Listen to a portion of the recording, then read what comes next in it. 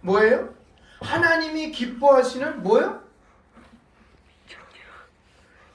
거룩한 산제물로 드리는 제사. 오늘날로 말하는 예배를 드리는 거예요. 우리의 온몸을 거룩한 산제물로 드리는 예배입니다.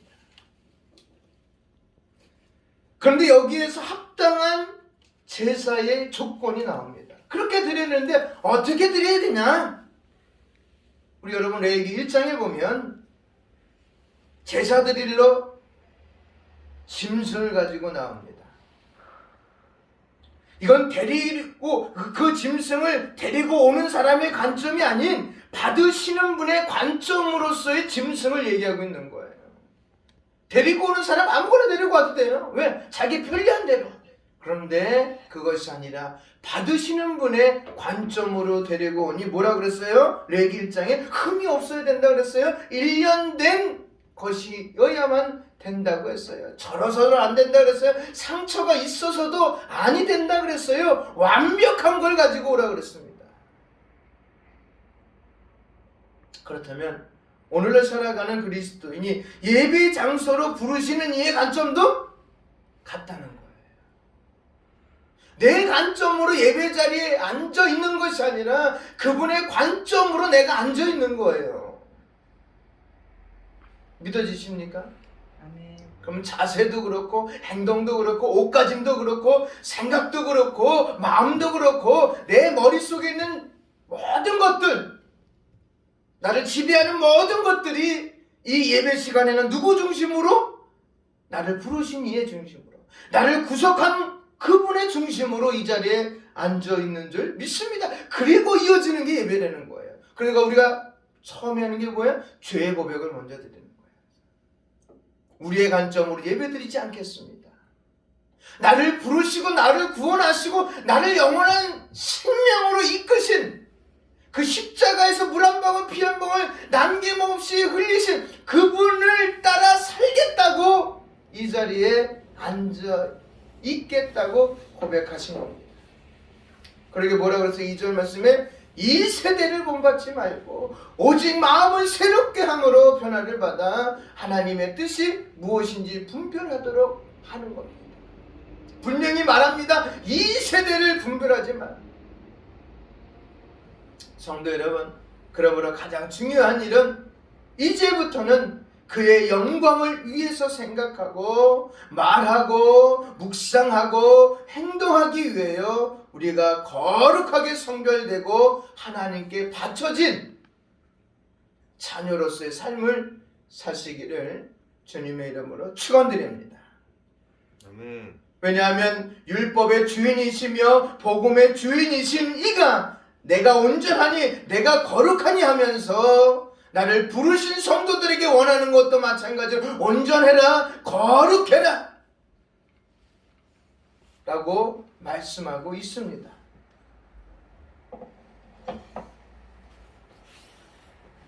거룩한 것을 속되게 사용하면 안 됩니다. 왜냐하면 그분은 거룩하시고 흠이 없으시고 죄가 없으신 분이기에 그렇게 말씀하시는 것입니다. 그러므로 우리 자녀들, 우리 성도들, 우리 영파의 가족들은 거룩한 것을 속되게 이용하거나 사역을 위하여 사용하면 안 됩니다. 즉 거룩한 자녀가 세속에 물들어 생활하게 되면 하나님의 이름을 어떻게 해요? 하나님의 이름을 망령되게 사용하는 것이고 그의 영광을 가리게 하는 겁니다. 그러므로 우리가 우리 자신의 것이 아니고 주님의 것이라면, 우리가 거룩한 예배자의 삶을 사는 것이라면, 흠이 없는 하나님의 자녀답게 살고자 한다면 과연 이 세대 속에서 우리가 피해야 할 요소는 무엇이며 생활의 모든 행동을 어디로 행해야 하는가는 분명해진다는 거, 결정되어졌다는 거예요. 왜? 우리는 우리 자신의 것이 아니기 때문입니다. 할렐루야. 우리 자신이 것이야. 내 것이 아니야 이제는. 그러므로 우리의 이성이나 우리의 의지가 우리의 계획과 행동을 지배하지 못하게 해야 합니다. 왜? 우리는 우리 자신의 것이 아니기 때문에. 그러므로 우리의 육체의 소욕을 따라 우리에게 유익한 것을 구하는 것을 목표로 세우지 말아야 합니다. 왜? 우리는 우리 자신의 것이 아니기 때문에. 그러므로 할 수 있는 대로 우리 자신과 우리의 모든 소유를 내려놓아야 합니다. 우리는 하나님의 것이기 때문에. 우리 한번 다시 같이 두 본문을 읽어보도록 하겠습니다. 먼저 고린도전서 3장입니다. 고린도전서는 빌립보서 다음에 있습니다. 로마서 다음에 고린도전서 3장입니다.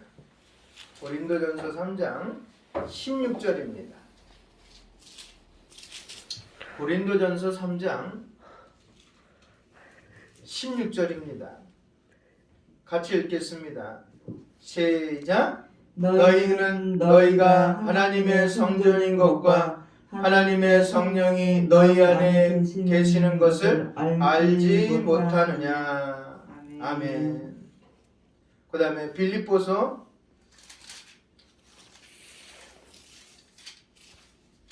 1장입니다. 빌립보서 1장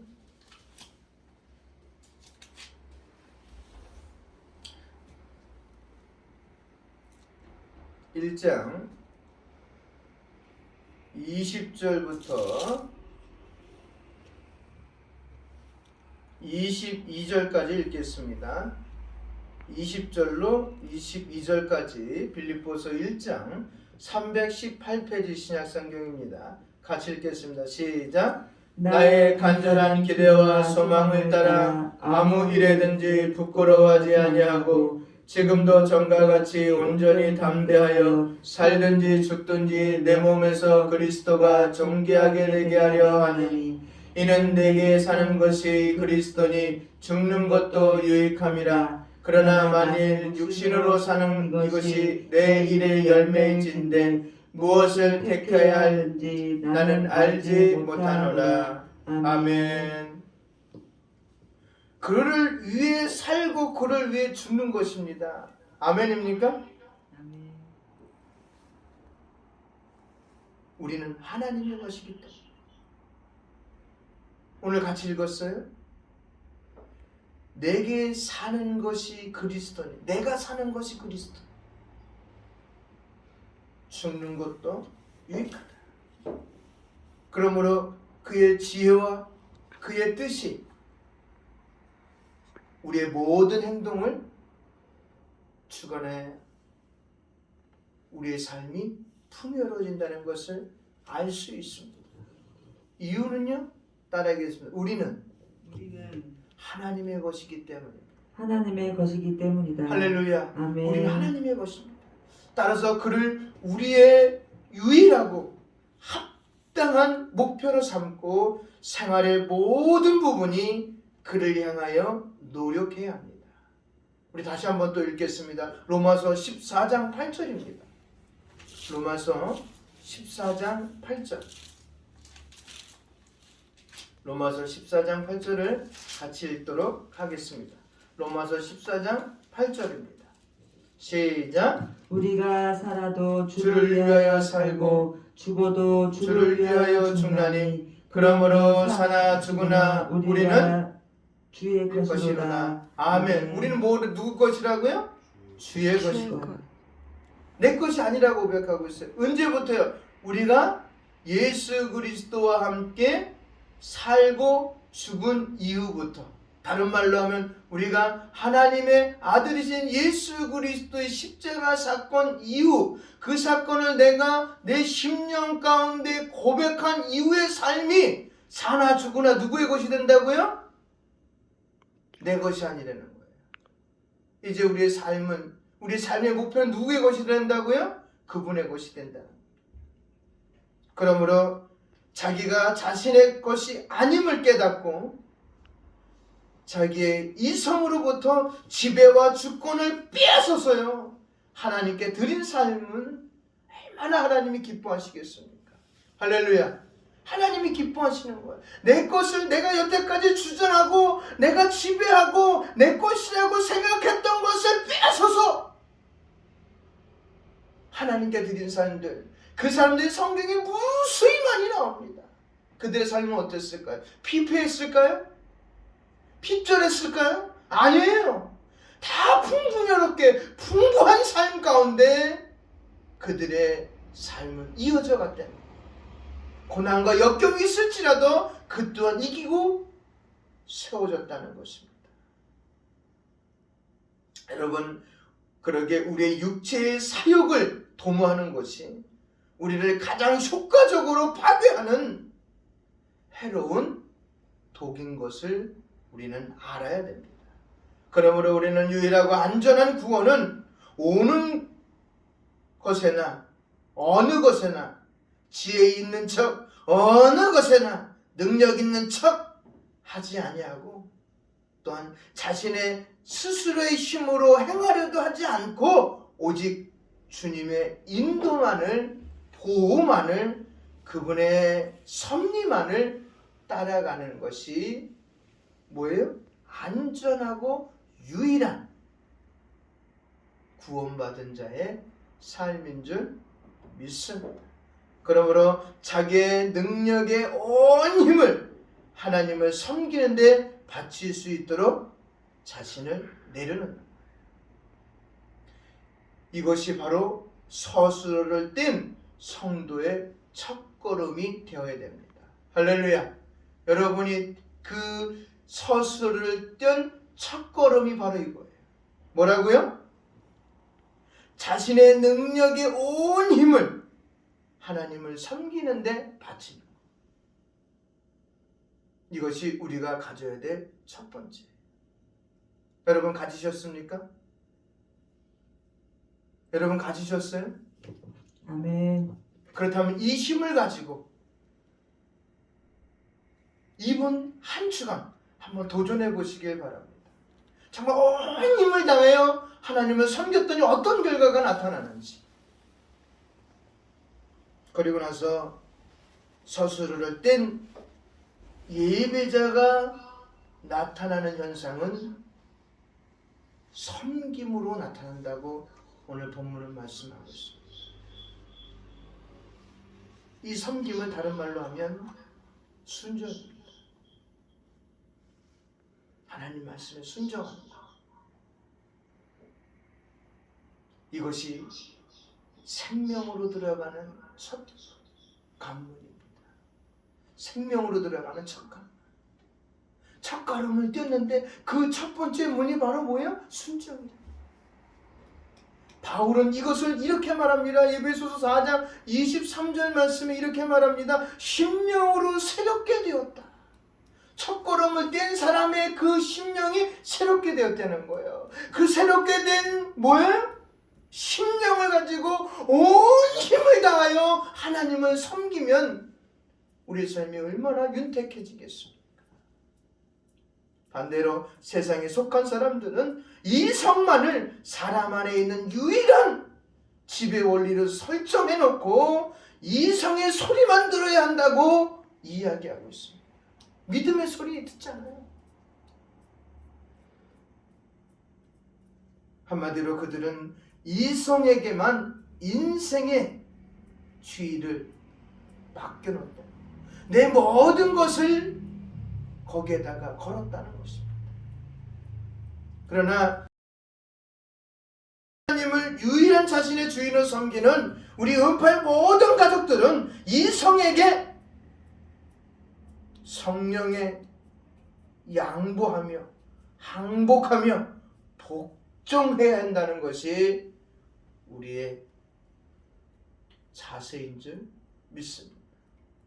그렇게 사시길 다짐하시겠습니까?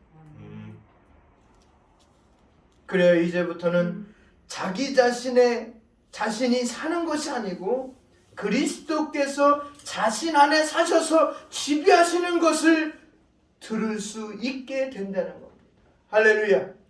그래서 갈라디아 2장 20절 말씀에 보니까 이제 사는 것이 내가 아니고 내 속에서 살아계시는 그리스도께서 사시는 것이라고 분명하게 말씀하고 계십니다. 할렐루야. 아멘. 누구 안에서 사는 걸 경험한다고요? 그리스도 안에서 사는 거. 어떤 사람이요? 첫 걸음을 뗀 사람. 첫 걸음을 떼고 첫 관문을 들어간 그 잠 안에 누릴 수 있는